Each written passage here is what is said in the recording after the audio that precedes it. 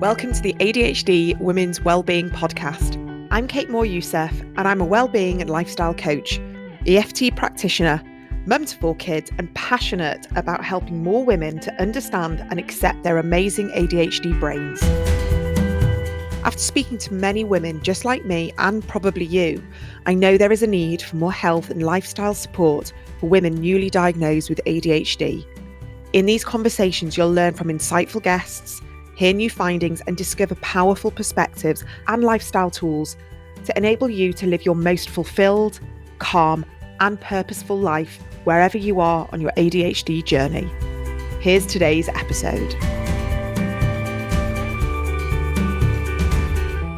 Today, I'm absolutely delighted to welcome Cynthia Hammer here today. Now, Cynthia was diagnosed at the age of 49, which is not that uncommon nowadays, but this was 30 years ago. And this was when her middle son was also diagnosed with ADHD, and it was 1992. And she was thought of as the only adult in the USA who had this disorder. So I'm really looking forward to speaking to Cynthia, but what she's then done with her diagnosis. She's written a book about her life with inattentive ADHD, which is called Living with Inattentive ADHD, Climbing the Circular Staircase of Attention Deficit Hyperactivity Disorder, despite the fact that she doesn't like the name. And she's been an amazing advocate. She's been working towards screening and more awareness of ADHD in girls specifically. And I'm really looking forward to talking more about this. And now as Cynthia joins us, it's 6 a.m. her time. She's 81. And I know she's going to give us so much wisdom and knowledge of what she's uncovered over the past 30 years of working in this space. So thank you so much, Cynthia, for being here. Thank you. It's fun to be here. But it's amazing. I was just saying, 6 a.m. your time and you're here. And I know you're really passionate about this topic, this conversation, and reading through your biog of all the things that you have innovated with regards to ADHD in girls and how you've started things because you've seen the injustice of the lack of awareness and the screening and the lack of understanding of how ADHD manifests in girls. So I'd love to hear a little bit about, I guess, what did it look like 30 years ago when you were saying that you thought, that people thought that you were one of the only adults in the US with ADHD? Mm-hmm. The year after I got diagnosed, there was an adult conference for ADHD held in Ann Arbor, Michigan. And when I went there, Dr. Hallowell was there and Terry Matlin were there, and they had been diagnosed a few years earlier. So we were the beginning of people getting diagnosed with ADHD in the first ADHD conference. But I came back to Tacoma determined to help other adults learn about it. So I started a nonprofit there, and I was lucky a local hospital let us have space to have meetings, and then it kind of grew from there. We started to have annual conferences where we'd have the national speakers come to present. And I ran that for 15 years. And then actually, I went on and trained to be an ADHD coach. That was a thing back then. Dr. Hallowell had a model of coaching where you'd just call up a friend and you'd say to the friend what you were going to do that day. And the friend said that to you. And that was your accountability to each other. And that was the original coaching model. But then David Guirick got involved and he created the Coaching Academy, and that's where a lot of American coaches got trained. But when I first was diagnosed, there was no books, no coaches, no information about adult ADHD. And I don't even remember books about ADHD in children very much. But then I found one book by Lynn Weiss, who is a psychologist, and she had written about ADHD in adults. And in the back of that book, I found one other woman in Washington State who had ADHD, and she kind of became my support person. She remembers how devastated I felt getting this diagnosis. And for me, I guess I woke up one day and just said, I realized I'd been grieving. For a whole year, I had been grieving. I felt very ashamed of having ADHD. And as I wrote in my book, where I was working, I felt like with the Puritans, some woman that was a fallen woman had to wear an A on her clothing, and I envisioned that I had an ADD on my forehead that everyone could tell that I had this condition, and I was just very embarrassed about it and ashamed of it. And when I went to the national conference, Dr. Hallowell spoke, and he was very at ease saying he had ADHD. And when I asked him about that, he said he never has been ashamed of having ADHD. So in my mind, I wanted to get to that place too. And with starting the support group, I knew that I had to stand in front of a group of people and announce I had ADHD. So it was very hard for me to just say that. And I sat in my car and practiced over and over and over again, just saying, I'm Cynthia Hammer, I have ADHD. I got to the point where I could say it without a tremulous voice, but still envisioning saying it in front of a group of people was very threatening. But when I showed up, because I had envisioned an audience of 100 people, there were like 25 there. And it became much easier to say it. Yeah. And then once you say it, it's no problem because you realize it's a much bigger issue to you than it is to anyone else that hears you say it. Yeah, yeah. I mean, thank you for sharing that. I mean, I can only imagine what that must have felt like for you back, in the 80s when there was really no one, that, like you say, we didn't have podcasts, there was nothing online, there was no books. So you really must have felt so alone. And that shame is pervasive. I remember, I was only diagnosed nearly 5 years ago.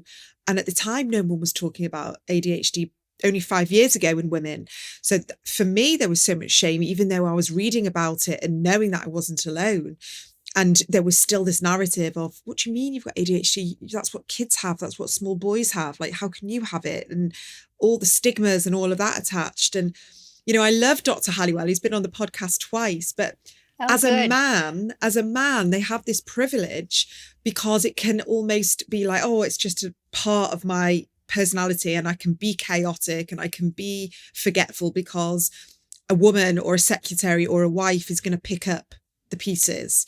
But when you're a woman with ADHD and you're expected to be the picker-upper and the organizer and the one that kind of clears things and tidies things, and we find that difficult, we struggle with that impacts so many different parts of us as well. As you're talking at all the chores that wives or mothers have to do, I'm really thinking those are all executive functions.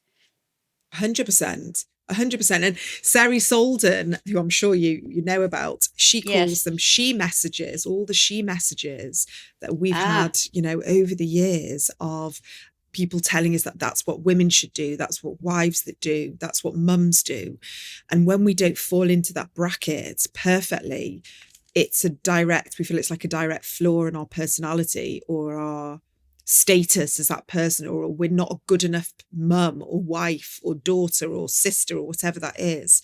ADHD is a thing that's definitely a thing that we have to accept and embrace and understand. But I think for women, it's much more multi-layered and deeper, maybe for men. And I wondered if you agreed. Yes, I think we get more mental health issues because of our ADHD and the messages we give ourselves. Even though I interviewed 25 men that had the inattentive type of ADHD, and I was surprised that a lot of them experienced a lot of the same emotions that women do, I think a lot of it results from not getting diagnosed early. And when you have the hyperactive type, you get diagnosed early and you just grow up understanding yourself better. So I personally think getting diagnosed is a key to a lot of change people can make in their lives. And that's why we're working so hard to get girls diagnosed early. I mean, we want boys to get diagnosed early too, but we know there's been a big gap in girls not getting diagnosed early. Yeah, I want to hear a little bit about this because I know you have worked tirelessly to increase awareness around screening from a younger age. And maybe you can explain a little bit about what age you think might be the optimum age. And do you want all kids screened. So kids start school, and personally, I think you should start school and you get screened for ADHD, dyslexia, dyscalculia, and it's just part of starting school. And then you're able to then be funneled and streamed into different places and get more support in some areas, and you can thrive in other areas. I wonder what you think about that. Well, okay, personally, my personal feeling is if we could get diagnosed at birth, that would be the best. But we don't know how to do that yet. Yeah. But maybe someday we will. And in the US, I think that there's that pediatricians are supposed to screen for autism by age 2 because and so I think the soonest we are able to diagnose, that's when we should do it. And when I've talked to physicians and psychologists in the US, they mostly feel comfortable diagnosing a child by age 7. They sometimes could diagnose earlier if it's really an extreme case, but generally they get the teachers, they get the information from teachers, they get the information from the parents, and by age 7, the child is learning to read, so there's some ability to assess for learning disabilities. And so that's why we chose the age of 8, because doctors are telling us they could diagnose by 7. I mean, how easily can you screen, I guess, from such a young age? Because I'm going to play devil's advocate. I totally agree that screening is needed. But if people turn around and say, oh, kids mature at different ages, and what happens if we are, and I'm going to do an inverted commas, labeling kids, we're sort of pigeonholing them. What do you think about if people say that? I talked with Kathleen Nadeau, who's written a lot about girls and women with ADHD, and she reassured me, I guess, that when you diagnose children earlier, it's easier to diagnose them because they're less complicated. The girls haven't been masking that long. There's not the overlay of depression. There's not the overlay of anxiety. So she talks like it's easier. And what I say is that we can diagnose girls sooner if we learn to not just watch for one behavior. I think for the girls, it's more of a complex of behaviors. You're looking for several things, several subtle symptoms, maybe some overt symptoms, but it's not like the boys that he's hyperactive and he's disruptive and, you really can identify him. With a girl, I think it's a little bit more detective work. Mm-hmm. And what Dr. Mason said is that what happens sometimes in the schools is the teacher, at the beginning of the year, she can pick out the children that she thinks are going to need extra help. And the girls with ADHD look good the first month of school. Mm-hmm. And so later on, when they start looking out the window, when they start losing the place in the class lesson, when they don't do the backside of the paper, when they have messy handwriting, when they're interrupting to ask a neighbor, where are we? What should I be paying attention to? The teacher isn't rethinking, oh, this child's having trouble.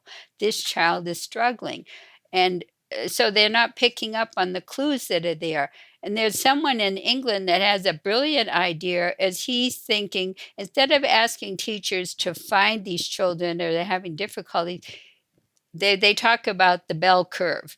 And he's talking that if the teacher could just bring to the psychological staff of the school the children that are on the low end of the bell curve, the ones that are the outliers for certain behaviors, the outliers for being tardy, for losing their possessions, for, all the things we think of as the symbols, the symptoms of girls having ADHD. If we just get alerted to watch for those things, and that's what we're trying to do in all of our messages, is make people aware of all the different ways it presents. It's not always, and even if it is the combined type, if it's the hyperactive type, girls usually present differently because of those she messages. You're not supposed to be rambunctious. You're not supposed to be running on the jungle gym and, all this kind of messages. Yeah. Yeah, 100%. I've got 3 daughters. All of them have been diagnosed with ADHD, Oh, and oh, they all present very differently. Like they're literally like models for me to be able to see how it can manifest. But I just talk about ADHD so openly and so freely in the house to the girls, so they can never have any doubt in their mind to, where their struggle comes from, what the meaning is, so they understand about executive functioning, they understand what anxiety is. I don't want any shame or any stigma. I just want them to understand it so they can feel empowered to ask for help or support, or just ask me for anything. It's not perfect for sure, because I think you're 100% right that the teachers are the gatekeepers, from a very young age of these children. And if you've got parents who really don't know very much about ADHD, like at all, and there's many, many, I forget, I live in my little echo chamber and I think everyone should know all of this information, but they really don't. And so, they just sort of pass it off as, she's a bit of a worrier, or she's a bit restless, or she's a bit of a fidgeter. And then they pass it off, and then they're not connecting all the dots of, yes, she's a fidgeter, but does she struggle with sleep? And is she anxious? And does she have problems, with like friendship groups? And is she very sensitive? And does she have problems with sensory, overload or feeling overwhelmed? And then when we're able to create this sort of caseload of clues, like you say, and very often it's the teacher that can connect all those dots. So I personally think that teaching programs should have a whole I don't know how long it takes to train as a teacher, but there should be definitely a few weeks dedicated to spotting the signs of neurodivergence in children. I agree. It's great for teachers to do that, but apparently in England, teachers are more free to tell parents, I have a concern about your child. And in the US, it's the opposite. Teachers are very concerned about liability, about saying anything, offending parents, saying things in the wrong way. And also, school districts, it's more expensive for them if they have children who have been diagnosed because there's services they need to provide. And so school districts, sometimes it's against their interest to identify children. And so in the US, we decided our model is to try to educate parents. We're trying to educate teachers too, but we feel like that's where we have to make a difference in the US, because the teachers, even if they learn, they're going to be reluctant to bring that knowledge to the parents. Yeah, that's really interesting. And it's hard to hear that, isn't it? Because, it all comes down to finances. It's not, maybe it's a slightly different situation here in the UK that, yeah, I think there are some really progressive and forward-thinking teachers, especially maybe newly trained, but essentially it's the parent wanting to hear the information as well. So I think you're right that we need to be, there has to be awareness with parents, there has to be teachers, the gatekeepers, the doctors, the first line people, where they are seeing beneath the surface, especially for girls, of what ADHD looks like and how those more nuanced signs, especially the masking, the fact that the girls make it harder to diagnose because of the masking. Even in preschool, they start picking up on social cues about how to fit in and what they need to be doing differently. And so, a really alert child will start masking by age 3. We put that burden on ourselves right from the start.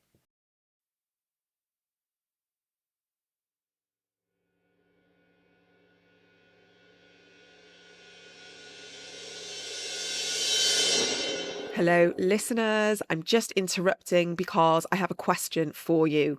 Do you ever feel like your brain's stuck on a loop, especially at night when you're just desperate to sleep and to rest? Or like the smallest things do just tip you over into that overwhelm? It just has to be that one thing. And I've really have been there. And one thing that has made a really big difference to me over the past year is Saffro Sun Calm from the Naked Pharmacy. It's a pharmacist formulated totally natural supplement with high strength saffron, B12, D3 and baobab, all ingredients that gently support our nervous system contribute to reducing fatigue, giving us more energy, and helping us feel more emotionally balanced. I personally have found it incredibly helpful during those very overstimulating, very busy days. And I've had quite a few of them with the build up to this book. And I've even given it to my kids when they've been feeling anxious or struggling at bedtime. And it's brought a noticeable calm to our evenings, which has honestly been a really big relief for us all. So the Naked Pharmacy also offers free expert advice. So if you're taking medication or you're just not sure if the Saffrosun Calm is right for you or your child, just reach out. Their pharmacists are so kind, really knowledgeable, and totally committed to helping you make the right choice for your ADHD well-being. They are fully in the know about hormones, ADHD, brain health, and our nervous system regulation. So I highly recommend that you just give them a call, drop them an email, and ask them any questions that are on your mind. So you need to visit thenakedpharmacy.com, or you can email them at pharmacist@thenakedpharmacy.com. Now, don't worry if you are out walking or you haven't got a pen to hand, all the details are in the show notes. And I wanted to let you know that I have a discount for you. So it's Kate ADHD, and you'll get a 10% discount off all first-time orders, but a huge 35% off the first time you put in a subscription order. And then after that, any subsequent subscriptions will be 25%. And I really do hope that you'll check them out and maybe just go and ask some questions to the pharmacists, because they really do want to help. Now back to today's episode. My model of coaching and my model of supporting women with ADHD especially is trying to find the strengths, helping women thrive, seeing this as, yes, we've had difficulties, but seeing this as like a positive next chapter in your life. And I'm wondering, when you are thinking about, screening for a young age, do you think that we can then help more people to thrive and, less people will struggle with their ADHD? Of course. Yeah. No, I just think that's the whole thing of teaching parents to understand their child early and to know what to be aware of, learning how to parent them better, how to create structure in the home to help them, the routines. I just think that we all know if you find out earlier, you're going to do better. And the women I've talked to a couple of women who have really seemed to be so together about having their ADHD, and it surprises me. And they say it's because they've been in therapy for years.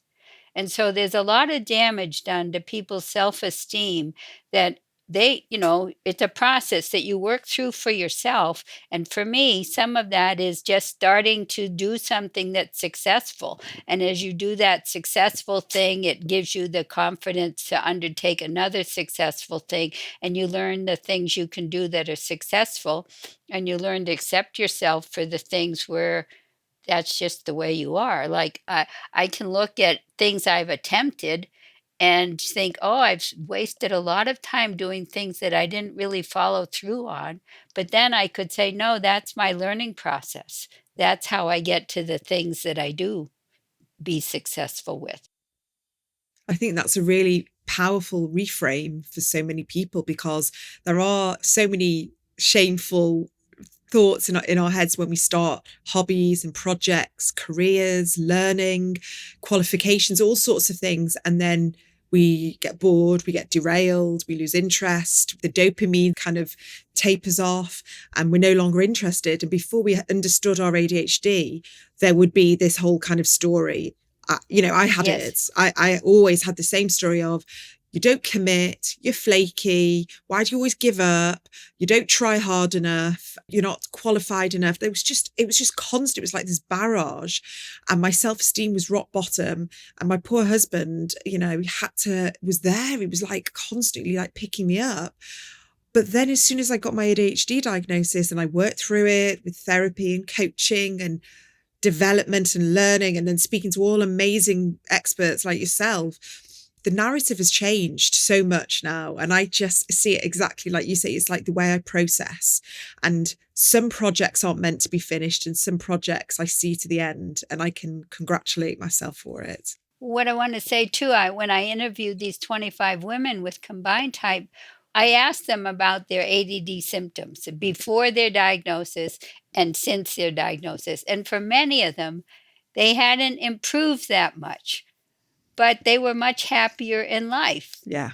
And the reason was because they now understood themselves, they accepted themselves, and they said they were kinder to themselves. So just that alone brought them more happiness, because it's like someone berating themselves because they can't see the blackboard. Why would you berate yourself for something you can't do anything about? You're Yeah. doing the best you can. But Yeah. I want to tell the story about, for me, I had to learn to stop the negative self-talk. And I think that is the most important thing that people can learn to do, because it doesn't help at all. And if you can just stop it before, and then after that, introduce positive self-talk. But the first thing is to stop the negative. So when we had the support group, this man that was helping me run the groups, he said, I work for the worst boss possible. He's always criticizing me. And then he said, I'm self employed. About putting a rubber band on his wrist and snapping it every time you catch yourself giving yourself a criticism. And after the first week, I said, well, how are you doing? He said, I have a very sore wrist. But if you keep doing that, and you get rid of the negative self talk, and then you work on the positive self-talk. Yeah. I heard from a neuroscientist that it's impossible to get rid of a negative thought, unless you replace it. So you can't just wipe it out and then just leave it kind of like empty. So the best way is to say something like, if you recognize a thought such as, I never finish things, or I'm not good enough, or other people can do that, but I can't. Then you find a reframe that feels right for the moment, that feels kind of like you're reaching for something more positive and maybe a bit more realistic. I can't do it yet. I can't do it yet, but I can do it someday, kind of thing. Exactly. This sort of growth mindset, then it makes getting rid of that negative thought easier, because if we've had that thought for so many years, to then just get rid of it, it's just impossible. So it's kind of like gently moving it out the door kind of thing, like inch by inch moving it, and then all of a sudden we have a beautiful new armchair instead of the old tatty armchair that we've had to sort of gently usher out the room. What I said is that it was the time of equal rights, and I said that at the end of the night, when I was reviewing the day and it would be all negative, I didn't do this, I didn't do that, I first started to say, for every negative, I had to say something positive to balance it. And then I would just slowly get rid of the negative. Yeah. And I think it's really easy for us, women with ADHD, we are typically doing a lot. I'm not going to overgeneralize, but there tends to be a group of us that might be overcommitting, overachieving, have lots of ideas, lots of energy, and lots of things that they want to accomplish. But it's always at the expense of something else, such as our energy, our health, our sleep, maybe relationships, that type of thing. And so it's very easy for us to criticize that all we do, or to have a negative spin. But, we're often doing lots more than most people, trying to achieve lots more. I mean, I look at your biography, and what you've achieved and what you continue to do is exceptional. But we have to give ourselves that compassion of, actually, it's okay to take a break. It's okay to pause. It's okay to rest. It's okay to do nothing. Because we've got all this restless energy, we just think that we have to put it to use all the time. And then when we don't do something with it, we think we're being lazy, or we think that we're kind of wasting our time. I mean, maybe I'm just speaking for myself. Yeah, some of that I don't relate to when I'm inattentive type. I think the high energy people are probably harder on themselves. Maybe. Yeah, I agree with you, because then there's the other type where, just getting up in the morning is difficult, getting dressed, having showers, all of that, I see it all. And that's the thing with ADHD, is that there's never a one size fits all, which I guess, coming back to your screening, the screening tool has to be so nuanced, really, doesn't it? To make sure that we're not missing, I'm going to talk about girls, but we're not missing the girls that Well, are. on our website, we have a free checklist that find the ADHD girls, and it's based on the DSM and the Diva 5, but then it's modified, and 2 physicians and 3 psychologists looked at it.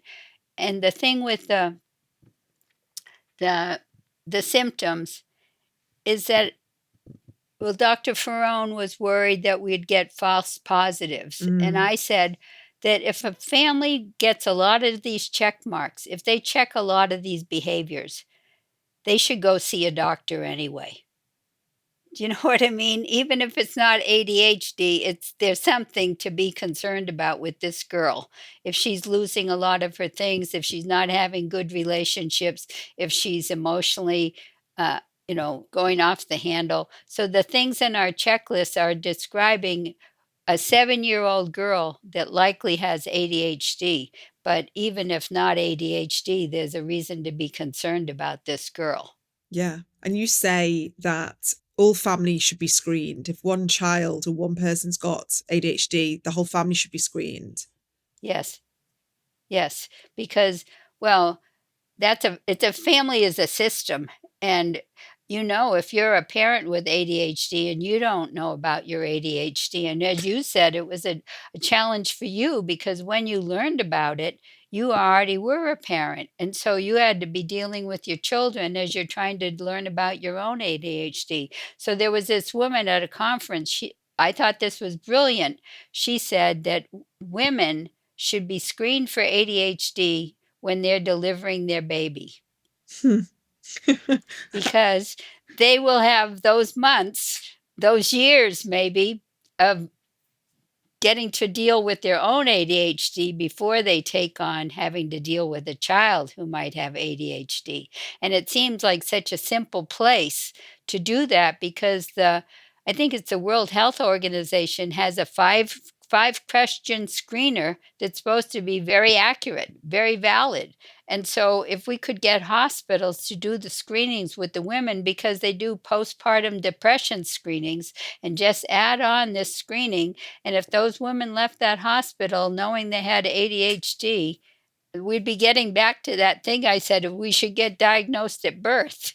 Yeah. I mean, I'm not 100% sure if while you're delivering the baby is the best time, but I would say that if there's been a pattern from puberty, as we know, hormones are so intrinsically linked with girls, that there's been patterns of, PMDD and, like you say, postnatal depression.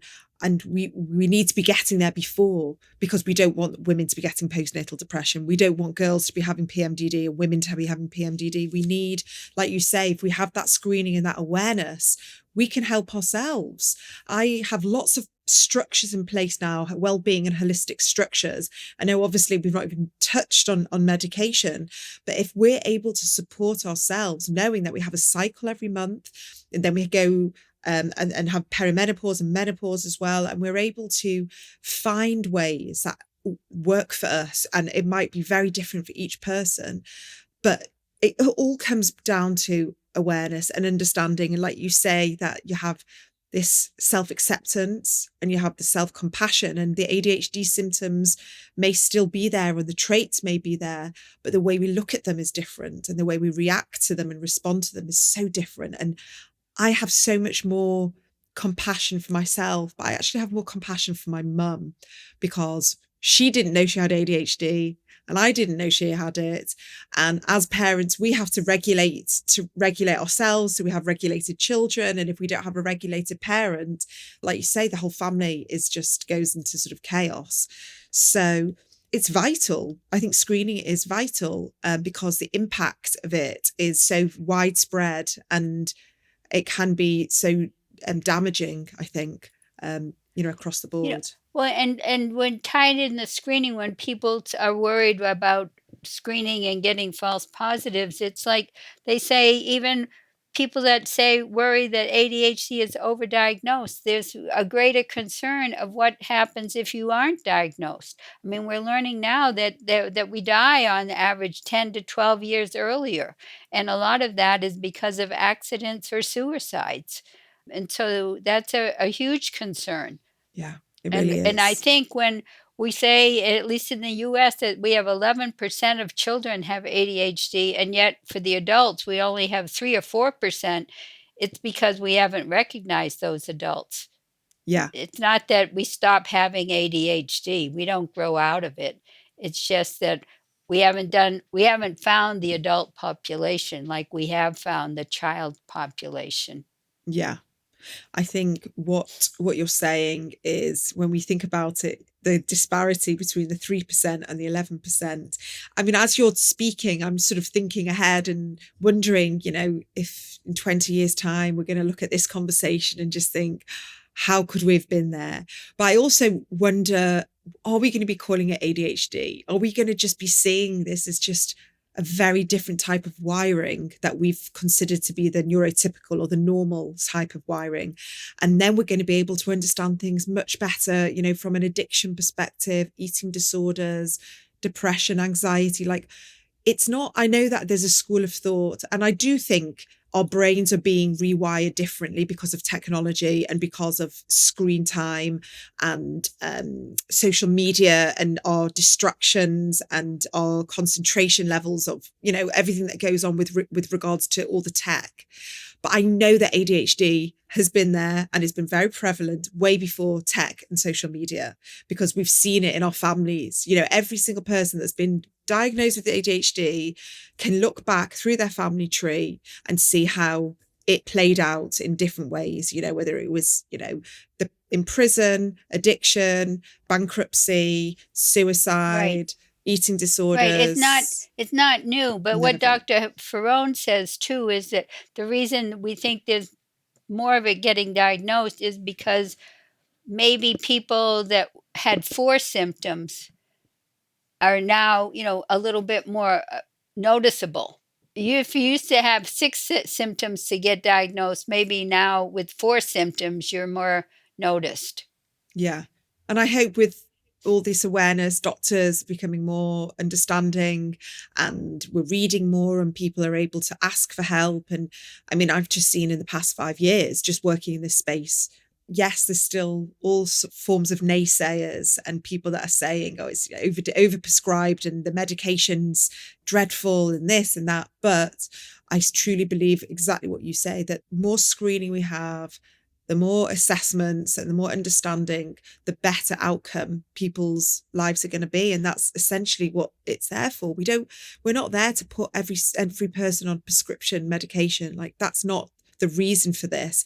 The reason for this is that we want people to live better lives and to have better opportunities, not for every single child to go on prescription medication. But if they need it and that's going to help them, then great. But if they don't need it and they can make changes through lifestyle change and tweaks and changing jobs and living in a different area, or, changing their diet, then that's brilliant as well. There has to just be a more open-minded, holistic look at the situation as well, I think.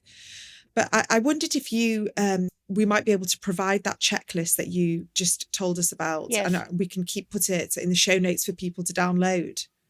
Right. We're making handouts every single month, and everything. We're going to have a repository on our website, and all the materials we create will be in the public domain. So anyone that wanted to come and get our carousels, get our graphics, get our handouts, they can get it and distribute it themselves.